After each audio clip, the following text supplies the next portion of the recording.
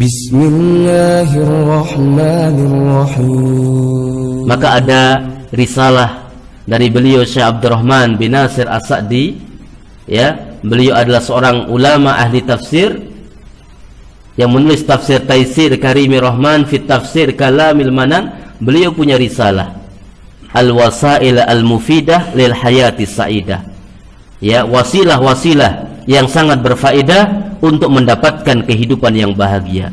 Risalah ini perlu diulang-ulang, perlu dibaca diulang-ulang, perlu dikaji berulang-ulang, sehingga kita mendapatkan tancapan sinar tentang apa arti kebahagiaan yang sebenarnya.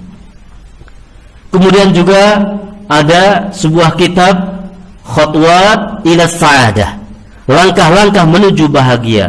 Ini juga perlu untuk kita kaji, terutama bagi para suami istri yang sudah berkeluarga ini, ya, karena begitu berat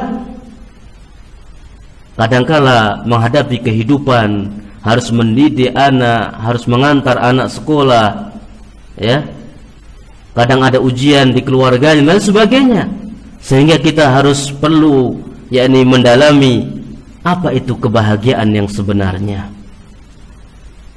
Dan ini butuh ilmu. Maka kesamaran-kesamaran di dalam berfikir ini juga termasuk najis.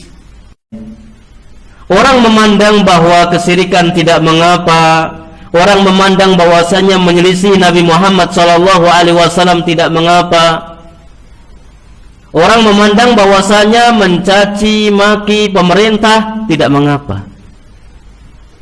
Ini adalah sebuah kesamaran-kesamaran dalam berfikir yang perlu diluruskan, yang perlu dinasihatkan, karena sesungguhnya zina merupakan kekejian dan merupakan jalan yang paling jelek, ya. Bukankah di sana ada orang-orang yang menghalalkan musik? Maka perlunya kita mendalami semua kesamaran-kesamaran tersebut dengan ilmu, dan itu harus dibersihkan di dalam hati kita ketika kita akan berada di majelis ilmu, ya. Ini cara yang pertama. Jadi bagaimana kita itu membersihkan hati kita dari najis-najis syubhat, dari kotoran-kotoran syubhat dalam hati kita, ya. Maka bersyukur ketika Allah mentakdirkan, ketika Allah memudahkan antum sekalian, wahai para ikhwah dan akhwat sekalian, Allah mudahkan Anda terlahir dari keluarga yang sangat memperhatikan tentang tarbiyah, sehingga Anda menjadi orang yang hatinya lembut, Anda menjadi orang yang subhanallah, yang secara tabiat sejak awal adalah bagus,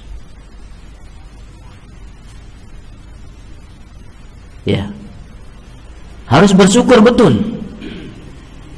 Tapi bagaimana ketika kita belum mendapatkan anugerah tersebut? Tugas kita adalah mencari ilmu dan terus mencari ilmu dan kita praktekkan sedikit demi sedikit, sehingga hati kita dalam kondisi terlepas dari kotoran-kotoran syubhat.